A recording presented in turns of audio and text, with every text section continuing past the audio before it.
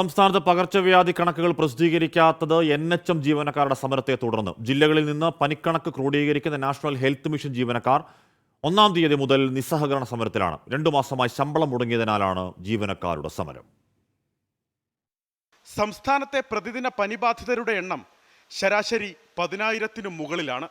Viral പനി, എലിപ്പനി, ഡെങ്കിപ്പനി, മഞ്ഞപ്പിത്തം തുടങ്ങിയവ പല ജില്ലകളിലും പടർന്നു പിടിക്കുന്നതിനിടെയാണ് പകർച്ചവ്യാധി കണക്കുകൾ ലഭ്യമല്ലാതായത്. ഏറ്റവും ഒടുവിൽ സർക്കാർ പകർച്ചവ്യാധി കണക്കുകൾ പ്രസിദ്ധീകരിച്ചത് ജൂൺ 30-ന്.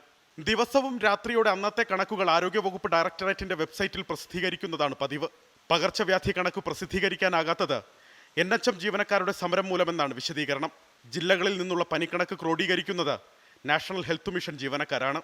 2 മാസമായി ശമ്പളം മുടങ്ങിയതിനാൽ ജൂലൈ 1 മുതൽ NHM ജീവനക്കാർ നിസ്സഹകരണ സമരത്തിലാണ്. സമരത്തിന്റെ ഭാഗമായി റിപ്പോർട്ടിംഗ് നിർത്തിവെക്കുമെന്നും മീറ്റിംഗുകൾ, കോൺഫറൻസുകൾ ബഹിഷ്കരിക്കുമെന്നും പുതിയ നിയമന പ്രക്രിയയോട് സഹകരിക്കില്ലെന്നും NHM ജീവനക്കാർ മുന്നറിയിപ്പ് നൽകിയിരുന്നു. ഇതിന്റെ ഭാഗമായാണ് പനിക്കണക്കുകൾ ക്രോഡീകരിക്കുന്നതിൽ നിന്നുൾപ്പെടെ ജീവനക്കാർ വിട്ടുനിൽക്കുന്നത്. ശമ്പളം ലഭിച്ചില്ലെങ്കിൽ ഈ മാസം 10-ാം തീയതി പണിമുടക്ക് നടത്താനും ജീവനക്കാർ തീരുമാനിച്ചിട്ടുണ്ട്. കേന്ദ്ര ഫണ്ടിന്റെ അഭാവം മൂലമാണ് NHM ജീവനക്കാരുടെ ശമ്പളം മുടങ്ങുന്നത്. നാഷണൽ ഹെൽത്ത് മിഷൻ ജീവനക്കാരുടെ ശമ്പളത്തിന്റെ 60% കേന്ദ്രത്തിന്റെയും 40% സംസ്ഥാന വിഹിതവുമാണ്. അലക്സ് റാം മുഹമ്മദ്, 24, തിരുവനന്തപുരം. ലോകത്തെവിടെയായാലും ഏത് സമയത്തും 24 വാർത്തകളും ഓഗ്മെന്റഡ് റിയാലിറ്റി പാക്കേജുകളും എക്സ്പ്ലെയിനറുകളും വിശദമായി കാണാൻ ഞങ്ങളുടെ യൂട്യൂബ് ചാനൽ നിങ്ങൾക്ക് സബ്സ്ക്രൈബ് ചെയ്യാം.